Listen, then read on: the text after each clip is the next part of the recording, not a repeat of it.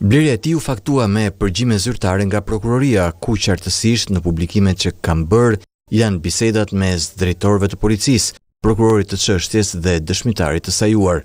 Pavarësisht kësaj, gazetari me integritet që ka bërë investigimin që kam publikuar unë, kameramani, shoku i Xhafait, Veliu apo Babale, drejtuesi i emisionit, të gjithë që kanë bërë investigimin ku u provua që gjendej lehtësisht drogë, e pohuan publikisht se investigimi që kryer prej tyre.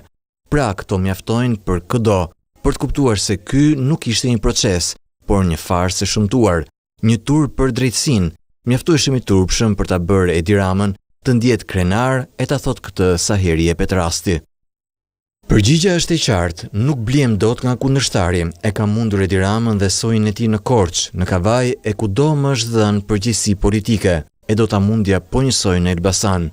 Dënimi është qartësi politik për të më shmangur nga fushata. Ritheksoj se qëllimi ishte izolimi, pengimi për të bërë fushat, sepse dënim me burg për këtë vepër penale nuk ka pasur asnjë rast tjetër në Shqipëri. Po ashtu, i pari rast ku një deputet gjykohet nga gjykatat e zakonshme. Marrja e mandatit dhe ndalimi i kandidimit ka qenë synimi, duke qenë se gjykata nuk dha dënim plotësues për të më ndaluar funksionet publike, u gjet artifica e burgosjes për të më mbajtur larg nga betejë. Rasti i zotit Saliani nuk ngjan me ato të çështjeve për korrupsion që janë hetuar dhe po hetohen nga SPAK. Megjithatë, fakt është se Partia Demokratike ka marrë një pozicion të qartë kundër drejtësisë së reformuar, e cila vijon të gëzojë në fakt një mbështetje të gjerë tek qytetarët. Kjo u pa edhe pas arrestimit të kryebashkiakut Erion Veliaj, ku sipas sondazheve SPAK u renditi pari në besueshmëri.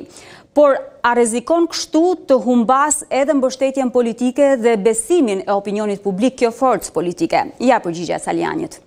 Rasti im është i pari rast dhe i vetmi i gjykimit nga gjykatat e jurisdiksionit të përgjithshëm të një deputeti, i pangjarë në 34 vite dhe rikthimi i dënimeve për agitacion e propagandë, apo siç thot autokratusi që mezi e priste. Ky vendim u dha për të kënaqur zarbën e trillin e sunduesit. Në lidhje me argumentin se sondazhet pëlqejnë apo mbështesin X apo Y aksion apo institucion, unë besoj që kur bëhet një vlerësim i tillë, duhet të prevalojnë kriteret të tjera, si e vërteta apo mbrojtja e lirive dhe të drejtave themelore të qytetarëve. Përndryshe kushdo është në rrezik. Këtë e pres nga elitat e mendimit apo nga gazetarët që janë përçuesit e mesazhit. A mendoi presidenti Lincoln për sondazhet kur hoqi skllavërinë?